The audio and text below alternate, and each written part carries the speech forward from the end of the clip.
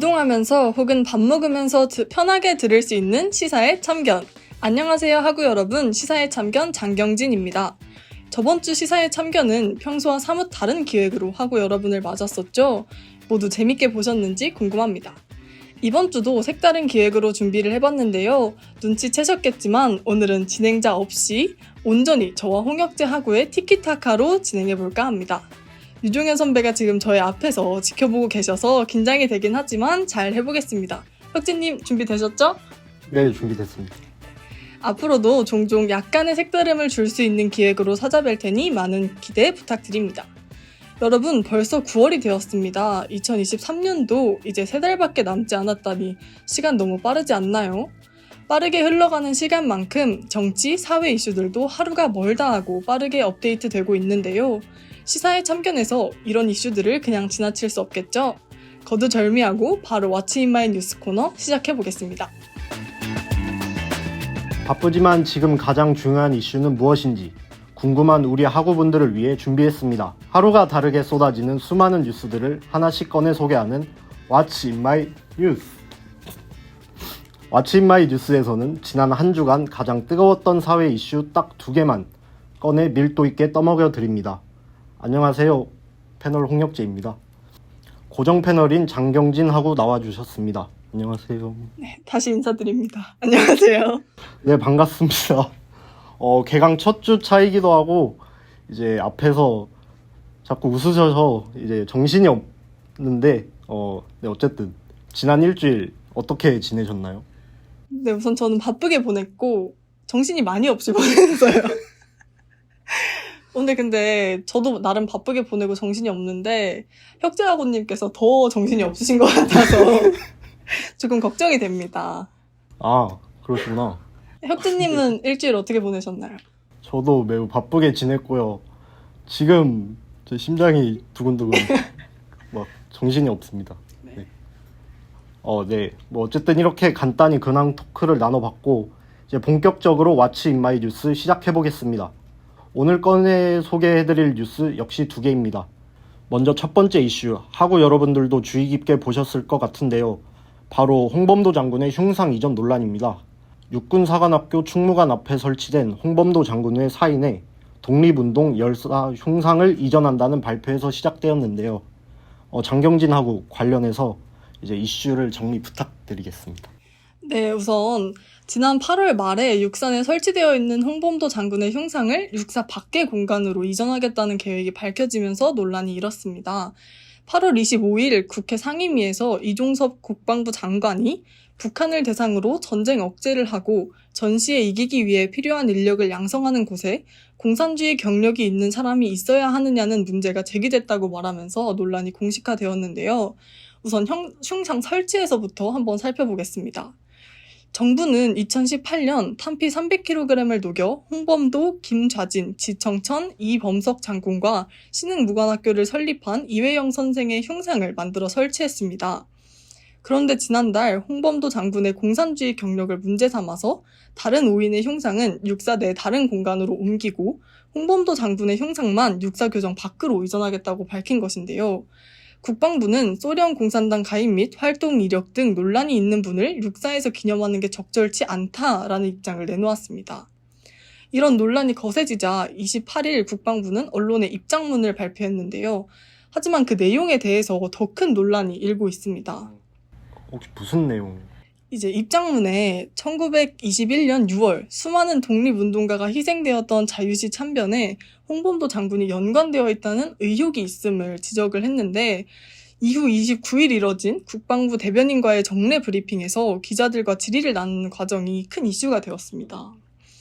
자유시 참변에 홍범도 장군이 개입했냐라고 묻는 기자의 질문에 대변인이 여러 문서에 그런 기록도 있는 것으로 확인이 되었다라고 답했는데요. 이후에 우리 독립군을 살해하는데 가담했다고 말씀을 하시는 것이냐라고 재차 확인하는 질문에 그런 뜻으로 말씀을 드린 건 아니라고 번복하는 일이 있었습니다. 이어서 이 기자는 그렇다면 이렇게 자유시 참변에 홍범도 장군이 가담했다고 읽히게 만든 자료는 누가 만들었냐라고 물었습니다. 대변인은 정책실, 군사편찬연구소 등에서 받은 입장이라고 말을 했는데 다음 브리핑이 있었거든요. 그곳에서는 군사편찬연구소에서 2017년 발표했던 자료와 비교해서도 국방부의 입장문에 작성된 희생자 수 등이 다르다는 점이 지적되기도 했습니다. 또 당시 기자가 흉상 이전을 판단하고 또 입장문을 작성하는 과정에서 역사 학계와 논의를 할 예정이 있느냐라고 물었는데 질문에 대해서 대변인이 국방부 내부적으로 전문가와 논의를 했기 때문에 외부의 학자들과는 논의할 필요가 없다라고 말을 했습니다. 하지만 촬영일 기준 오늘이죠. 9월 7일에 발행된 세계일보의 기사에 따르면 내부 전문가라고 말을 했던 국사편찬연구소 내에 독립운동사 전문가가 없었고 그 당시 참고했다고 했던 서적의 저자도 이미 퇴직한 상태였다고 합니다. 근데 그 홍범도 장군의 흉상 이전 논란에 대해서 그러면 이제 그 이전하자는 쪽의 입장은 이제 어쨌든 홍범도 장군이 공산당이었기 때문에 이렇게 결정한 것이다 이런 입장이신 거잖아요. 네, 맞습니다. 근데 그게 약간 정확한 게 맞나요? 네, 우선 홍범도 장군이 1927년에 소련 공산당에 가입했던 것은 사실이 맞습니다. 그러나 당시 소련 공산당은 우선 레닌 체제였고요. 전쟁 당시 북한을 지원했던 어떤 스탈린의 공산당과는 큰 차이가 있습니다. 특히 홍범도 장군이 1943년에 사망을 하셨는데 그때는 해방도 전이었고 그 남북 전쟁과 관련해서 북한의 공산당과 그 당시의 공산당을 연관짓는 것은 사실 좀 말이 안 되는 그런 주장인 것이죠. 심지어 국방부의 공식 유튜브 채널인 국방TV에 약 5년 전쯤에 홍범도 장군이 공산주의라는 것은 오해라는 내용이 담긴 영상이 올라왔었습니다.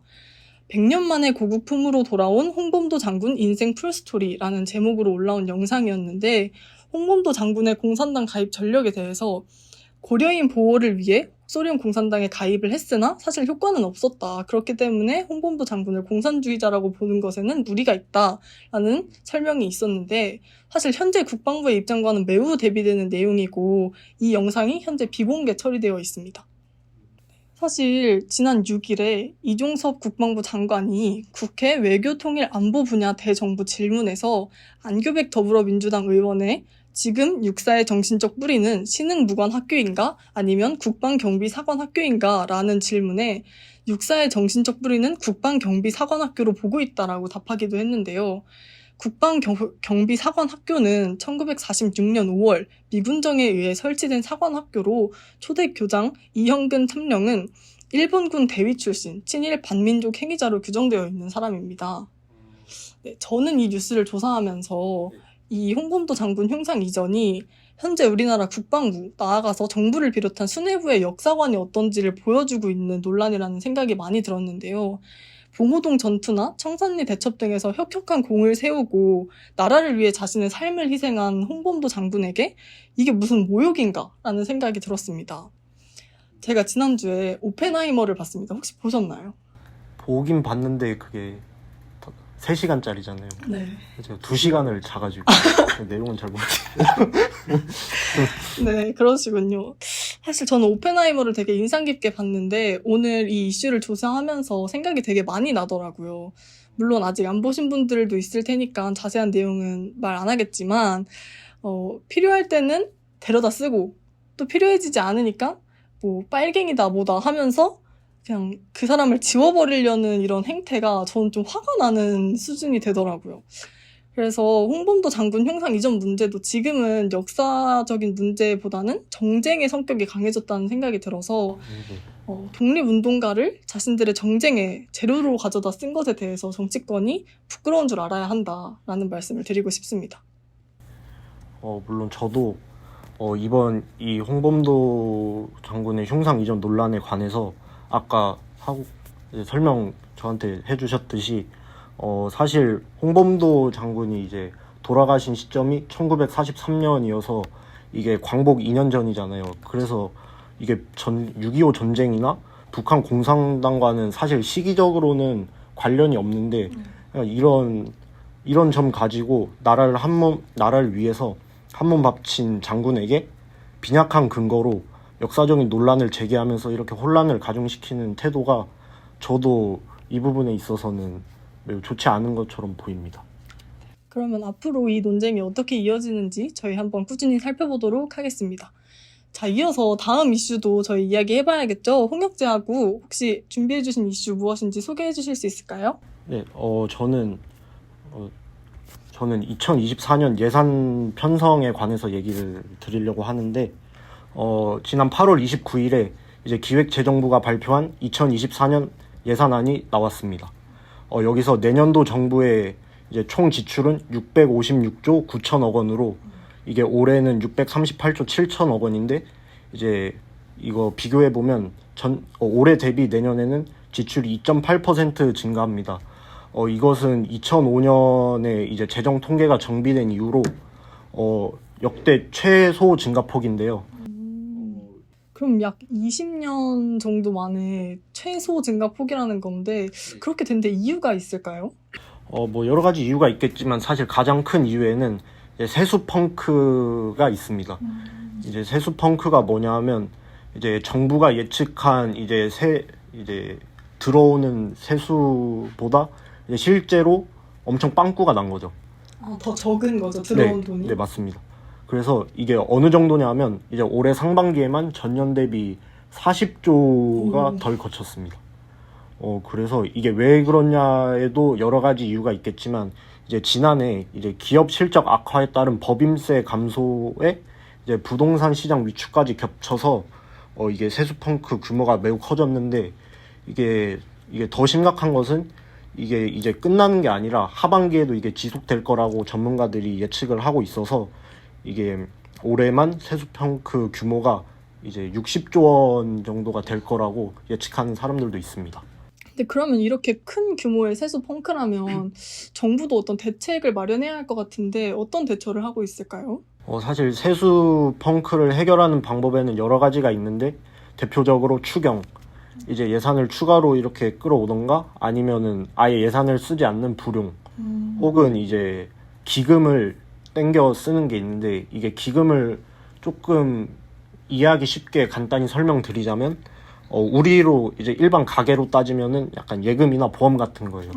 그래서 우리가 이렇게 약간 꽁쳐둔 건데 이걸 우리 지금 여기서 다 쓰겠다 하는 거죠. 지금 현재만 세수 펑크가 40조인데 기금으로만 현재 20조 원 가량을 끌어오겠다고 지금 정부가 얘기를 했습니다. 지금까지 쌓아둔 돈을 20조 원을 빼서 쓰겠다. 네네. 그렇죠. 약간 이렇게 말해도 될까 싶지만 약간 정부의 현재 약간 이 금융에 관해서의 기조가 빚을 내지 않겠다는 말인데 그래서 추경을 이제 추경호 또 추경호 이제 경제부총리가 이제 추경을 하지 않겠다. 추경호지만 추경은 싫다. 네, 그 말을 여러 번 반복하면서 이제 절대 빚을 내지 않겠다는 입장을 확고히 하고 있으면서 이제 기금을 자꾸 이제 끌어오려고 하고 있네요. 네. 추경호 장관의 추경 비호 논리. 예, 맞습니다. 그러면 이제 이번 연도 예산에 대해서 한번 정리를 해주시면 좋을 것 같아요. 해주실 수 있을까요? 내년 예산안 편성에 관해서 정부는 이제 뭐 노인복지나 저출산 이런 곳에 관해서 많이 투자를 하겠다는 이제 기조를 세웠고, 하지만 논란이 된 게 이제 교육 부분에서 예산이 6.9% 감소하였고 특히나 R&D 부분에서 예산이 무려 16.6%나 감소했습니다. 이게 어느 정도냐면 3.4천억 원을 감소했다는 말인데요. 이게 R&D 삭감은 2016년 이후로 8년 만입니다. 그래서 이거에 관해서 과학기술 관련 단체들이 엄청난 지금 이제 막 연대 회의도 출범을 시키고 이렇게 강력하게 대응을 하고 있는데, 제가 말씀드리고 싶은 건 이제 어쨌든 재정 상황이 안 좋잖아요. 아까 세수 펑크도 40조나 되고 사실 R&D가 어쨌든 연구 비용이기 때문에 어쨌든 우리나라의 과학기술 발전에 이바지할 수 있는 그런 예산이잖아요. 그거를 삭감할 만큼 우리가 지금 재정 상황이 안 좋다는 의미이기도 한데, 근데 그런 거에 비해서 이제 보건이나 복지, 고용 쪽에는 증가시키고 이제 사회 간접 자본에도 예산안을 많이 이제 쓰고 있고, 이제 후쿠시마 오염수 그쪽에도 예산을 쓸 건데 재정 상황이 안 좋음에도 불구하고 또 그렇게 이쪽에 대해서는 예산을 쓸 거임에도 불구하고 과연 그만큼 R&D에 관해 우리가 그렇게 외면할 수 있는 상황인가? 어쨌든 R&D가 이제 미래에 굉장히 중요한 거기 때문에. 근데 저도 이제 홍역자 학우의 말씀에 동의를 하는 게 사실 나라의 힘을 기르기 위해서 저는 가장 중요한 게 연구와 교육에 대한 투자라고 생각을 하거든요. 근데 보니까 되게 다양한 교육 분야에 대해서도 예산을 삭감한 걸 볼 수 있었고 또 R&D는 말씀하셨다시피 16%가 넘는 금액을 삭감을 했다는 점에서 미래에 대한 투자가 많이 줄어들고 있다는 생각이 들어서 걱정이 좀 많이 되는 상황인 것 같습니다. 좀 더 덧붙이자면 이제 현 정부가 출범할 때 과학기술이 중요하다고 외쳤고 과학 방역을 강조했으며 후쿠시마 오염수 방류를 향한 비판들에 과학을 내세우며 안전성을 주장했습니다. 하지만 정작 국가 과학기술의 발전과 연구자의 보호에 대해서는 너무 소홀한 게 아닐까라고 저는 생각을 하고 있습니다. 네, 그럼 이번 주 가장 핫했던 이슈 2개를 꺼내 소개해 보았는데요. 사실 처음에는 저희 되게 부족한 점이 많았는데 시간이 갈수록 좀 자연스러워지고 있는 것 같아서 굉장히 뿌듯합니다. 하고 여러분들께도 유익한 시간이었기를 바라면서 앞으로도 계속 성장해 나갈 뉴텐 라디오 많은 관심 부탁드립니다. 감사합니다. 감사합니다.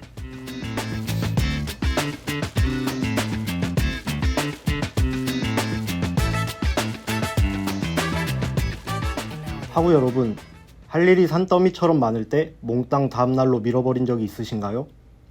너무 많은 일들이 쌓이다 보면 결국 그 속에 묻혀있는 중요한 할 일을 놓쳐버리고 마는데요. 법안도 마찬가지입니다.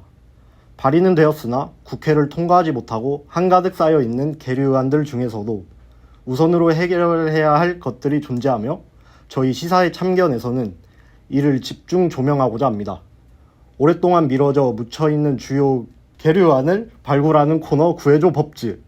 현재 촬영 시간 기준 계류 중인 법안은 총 16,378건입니다. 네, 출연진이죠. 출연진은 이번에도 저와 홍역자하구입니다. 홍역자하구? 네. 저희 지난주에 강력한 리매치를 이제 아, 예고하면서 구해줘 법즈가 지난주에 없었잖아요. 아, 네, 맞. 이번에 드디어 돌아온 저희의 리매치인데 혹시 네. 각오 단단히 하셨나요?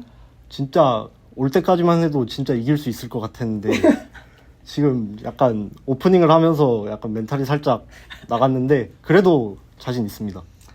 네. 사실 저도 이제 개강을 하다 보니까 한 주가 너무 빠르게 지나가더라고요. 그래가지고 방학 때보다 준비가 미흡했던 것 같다는 좀 불안전한 이런 게 있었는데 오늘 홍역자 학을 보니까 이쯤 되면 내가 좀 불안전해도 괜찮을 수도 있겠다라는 생각을 하게 됩니다. 네, 코너 진행 방식 설명드리겠습니다. 우선 저희가 각각 한 명의 PD들과 팀을 이뤄서 대결을 하는데요. 수많은 계류 의안들 중에 당장 우리 사회에 필요한 법안들을 하나씩 선정해 소개해드립니다. 이 영상을 보고 계신 청취자분들께서 더 중요하다고 생각되는 법안을 남겨드린 링크를 통해서 투표해주시면 됩니다. 결과는 다음 주 영상에서 알려드리도록 하겠습니다. 추가로 오늘 소개해드리는 계류 법안은 모두 국회 의안 정보 시스템에서 확인하실 수 있습니다. 이제 본격적으로 구해줘 법즈 시작해봐야겠습니다. 네. 어떤 법안 준비하셨나요?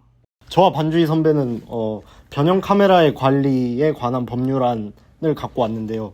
이게 총 2개입니다. 이제 똑같은 법률안이긴 한데 진선미 의원 등 총 12인, 윤영찬 의원 등 12인 이렇게 2가지를 갖고 왔는데 이 2 법안들이 비슷한데 주요 내용을 좀 요약해드리면 변형 카메라, 이게 여기서 말하는 변형 카메라가 이제 몰래 카메라 비슷한 건데 변형 카메라 취급업자는 이제 변형 카메라를 사용하기 위하여 구매 대행의 방식으로 취득하고자 하는 자에게 이제 변형 카메라를 이렇게 판매할 때 변형 카메라 이력 정보 시스템에 등록되어 관리되고 성폭력 범죄 및 사생활 침해 등 부정한 목적을 위하여 사용해서는 아니 된다는 것을 이제 대통령령으로 정하는 방식으로 고지해야 하고요.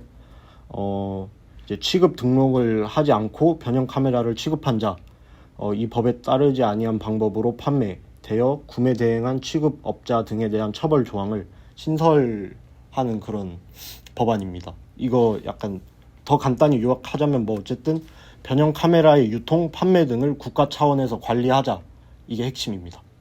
그러면 판매자를 관리한다는 내용 맞으실까요? 네, 약간 그쪽으로 쏠려 있습니다. 이게 왜냐하면 불법 촬영 범죄가 2015년부터 5년간 이제 5천 건 이상씩 꾸준히 발생을 하고 있어요. 근데 이러한 위장 카메라를 이제 별다른 조치 없이 우리가 구매하고 사용할 수가 있는 거잖아요. 근데 약간 예를 들자면 뭐 어디죠? 약간 이런 단추에 이제 변형 카메라가 달려 있는 거죠. 약간 이런 애플 펜슬에도 달려 있는 거. 이런 거를 저희가 약간 적합한 용도로 사용한다고 한번 상상해 보셨나요? 어떤 용도로 쓰실 것 같아요? 저는 아무래도 언론 쪽을 지망하기 때문에 고발을 해야 할 때 이럴 때 아. 대놓고 이만한 카메라 들고 다닐 수 없으니까 아, 그쵸. 사용할 수 있지 않을까. 사용은 할 수 있는데 맞아요. 그럴 때도 쓸 수 있죠. 그렇죠. 근데 이제 약간 5천 건 이상씩 매년 발생하는 거잖아요. 그런 근데 이 카메라를 5천 가지고. 건이 네네. 불법 촬영 범죄가 5천 건인 거고 네네. 변형 카메라를 이용한 불법 촬영 범죄가 5천 건인 건 아니잖아요. 네, 그렇긴 합니다. 그렇죠. 그럼 5천 건이라고 말씀하시면 안 되죠. 그런데 자, 여기까지 네. 듣고 제 네네네. 법안을 한번 소개해 아, 네. 보겠습니다. 제 법안도 이제 들어야 또 되니까요. 제 법안은 이거보다 요즘 중요한 이슈가 없습니다. 해양 환경 보전 및 활용에 관한 법률 일부 개정 법률안입니다. 우상호 의원 등 시민께서 발의를 하셨는데요. 현행법은 해양 환경의 보전 관리를 위하여 국제 협력의 촉진에 관한 규정을 두어 국가 및 지방자치단체가 외국 정부 또는 해양환경 관련 국제기구와 해양환경 정보 등을 교류하고 상호 협력할 수 있는 근거를 마련하고 있습니다. 그런데 현재 우리나라 얼마나 해양 오염 위기에 놓여 있습니까? 미세 플라스틱도 그렇고 후쿠시마 오염수 방류도 그렇고 이러한 오염 위기에 직면해 있는데 해양 오염은 해류의 순환에 의해서 그 피해가 오염국 연안에만 한정되지 않습니다. 특히 우리나라의 독자적인 노력만으로는 해양 환경 오염 위기에 효과적으로 대응하기 어렵다는 얘기겠죠. 따라서 사실 저희와 지리적으로 가장 인접한 국가 어디입니까? 뭐 많죠. 뭐 북한도 있고. 그쵸, 북한이죠. 그러니까 저희는 이 북한과 또 특히나 바다를 공유하고 있는 만큼 상호 협력을 해야 하는데 현행법은 이런 남북이 상호 협력할 수 있는 근거 규정을 두고 있지 않습니다. 또 우리는 사실 환경 운명 공동체입니다. 좁디 좁은 반도에 같이 살아가고 있는데 통일 이후 한 번도 한반도의 해양 환경 보전 관리의 공동 주체로서 통일에 대비할 필요성이 있다는 의견이 제기되고 있습니다. 그래서 네네. 저의 이 법안의 핵심 내용은 무엇이냐? 남북 간 상호 협력과 교류의 근거를 마련해서 해양 환경 보전에 기여하고 통일에 대비할 수 있도록 하자라는 것입니다. 네, 잘 들었는데요. 약간 이제 북한이 워낙에 특수한 그런 곳이잖아요. 근데 저희 약간 북한이랑 교류 협력을 약간 조금씩 해왔잖아요. 약간 대표적으로 뭐가 있을 것 같아요. 뭐 저희가 산업 관련해서도 예. 개성공단을 짓는다. 그쵸. 개성공단 있죠.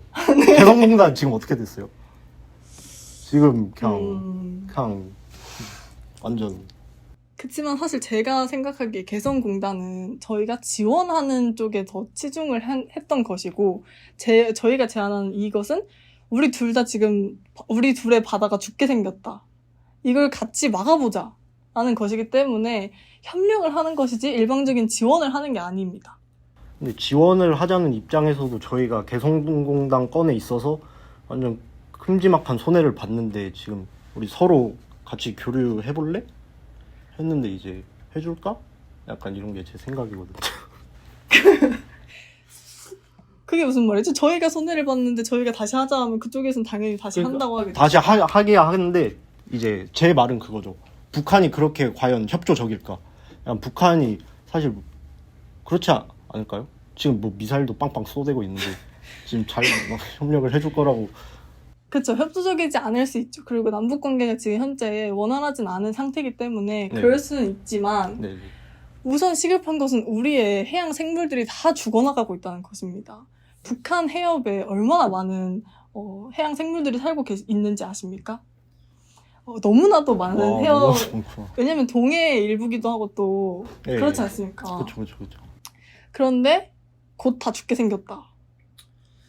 근데 약간 물론 약간 도움이야 조금 될 것 같기도 하고 그렇지만 과연 진짜 이 비협조적인 이 북한이랑 손을 잡는 것보다 더 나은 대안이 없을까? 약간 제 생각은 이겁니다.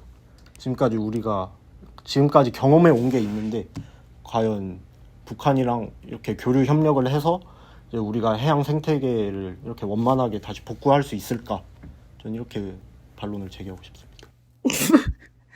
제기하신 말로 네, 잘 받았고요.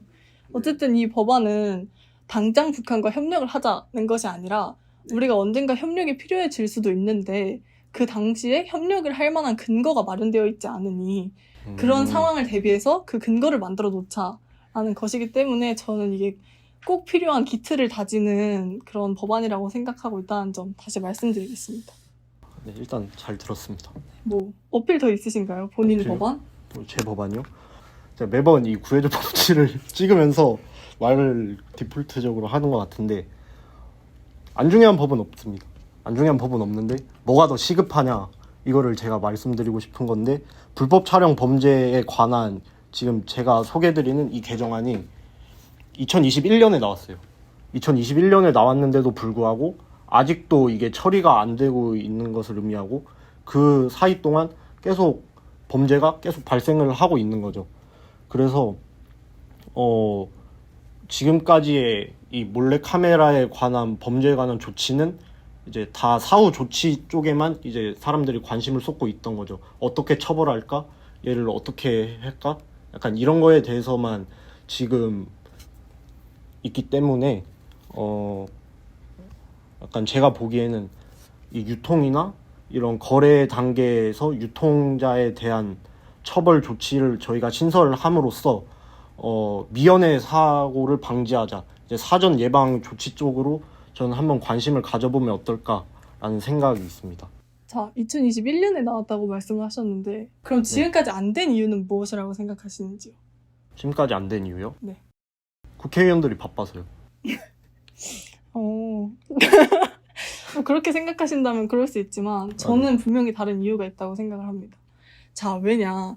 이 법안은 지금 불법 카메라를 사용한 사람에 대해 초점을 맞춘 것이 아니라 그걸 제작하고 유통한 사람에 대해서 말을 하고 있습니다. 네. 하지만 제가 아까 말씀드렸다시피 이렇게 변형 카메라는 꼭 어떤 범죄에 범죄에만 쓰인다고 단정 지을 수 없는 것이죠. 그렇죠. 그렇기 때문에 이 목적과 이 용도에 따라서 이 쓰임이 달라질 수 있기 때문에 네. 이거를 만들고 유통하는 사람을 처벌하는 것보다는 나쁜 의도를 가지고 이걸 안 좋게 사용한 사람에 대해서 처벌을 더 강화하는 것이 시급하고 지난 2년간 관련 법안들은 통과가 되어 온 것으로 저는 알고 있습니다.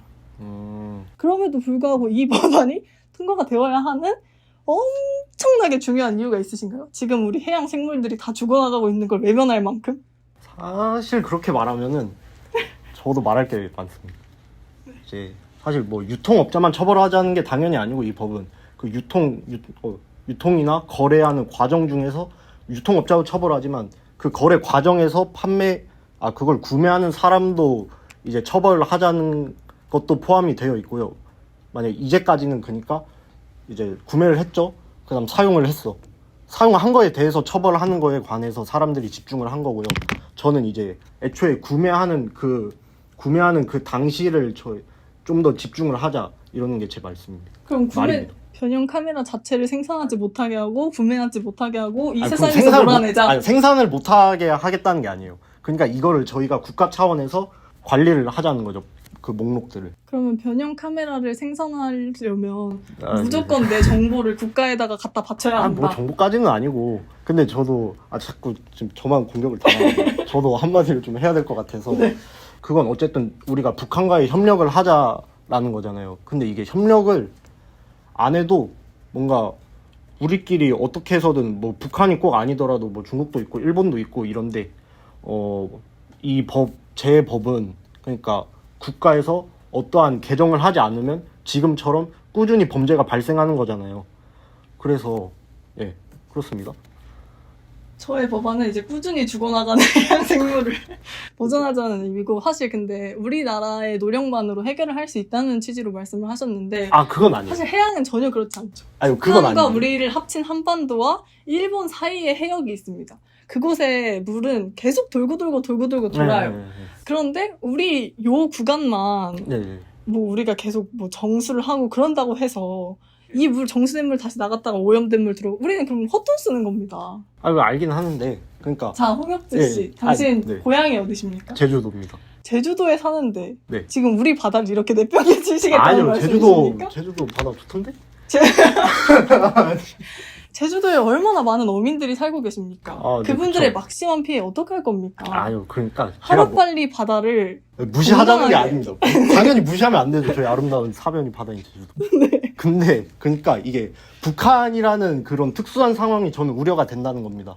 이제까지 뭐 금강산 관광도 있었고 뭐 개성공단도 있었고 다 약간 새드 엔딩이 뭐 약간 안 좋게 끝났는데, 저희 약간 그런 일련의 사례들을 거치고서도 저희가 만약 그냥 북한한테 저희의 정보도 공유하고 약간 이러는 게 우려가 된다는 입장입니다. 그렇죠. 그것은 이제 아까도 말씀드렸다시피 지원의 과정에서 우리가 손해만 보는 것은 있을 수 있지만, 협력을 하는 과정에서는 저희가 손해만 보는 구조는 전 아니라고 생각합니다. 아, 뭐 어쨌든 북한의 바다를 우리가 함께 어떻게 탐사를 할 수 있다거나 하면 우리에게 얻어지는 새로운 정보들도 있을 것이고 또 새로운 자원들도 있을 것이라고 생각하기 때문에 방금 말씀하신 것처럼 무조건 우리가 손해를 보는 구조는 아닐 거라고 저는 확신합니다.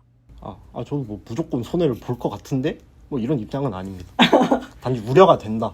우려가 되고 제 법안이 좀 시급한 것 같다라는 말씀을 드리고 싶습니다.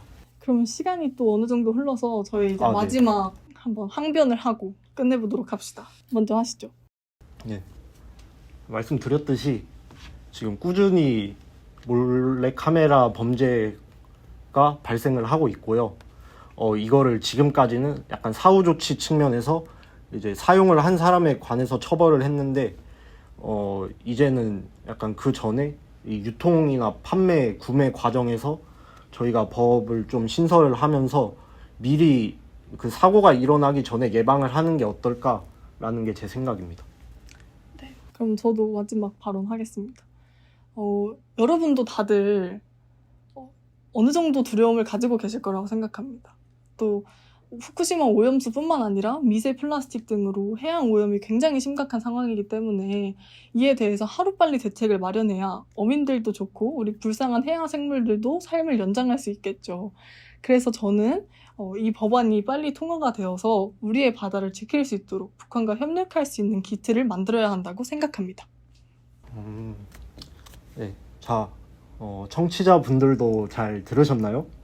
두 팀이 가져온 법안 모두 미뤄져서 안 될 아주 중요한 법안이라고 보입니다. 이번 주 투표 또한 뉴텔라 학우분들을 대상으로 진행됩니다.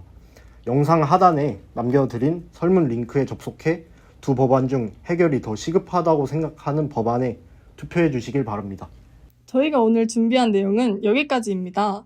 개강 이후 처음으로 정규 코너를 준비하느라 저희 되게 수고했잖아요. 저희 간단하게 소감 한번 말해볼까요? 사실 이렇게 단 둘이서 촬영을 하겠다는 통보를 촬영하기 직전에 받아서 매우 당황스럽고, 이제 소모임장 선배님이 굉장히 밉고요. 좋은 경험이었습니다, 사실. 네. 네, 저도 굉장히 당황스러워서 저희가 진행하는 데 있어서 좀 부족함이 많았을 것 같다는 생각이 드는데 한번 양해를 구하고 싶고요. 다음 주에는 더 완벽한 모습으로 찾아뵙도록 하겠습니다. 네, 지금까지 장경진, 홍혁재였습니다. 네, 그리고 반주희 PD, 김예원 PD, 방청객을 맡아주신 유종현 씨까지 함께 계셨습니다. 감사합니다. 감사합니다.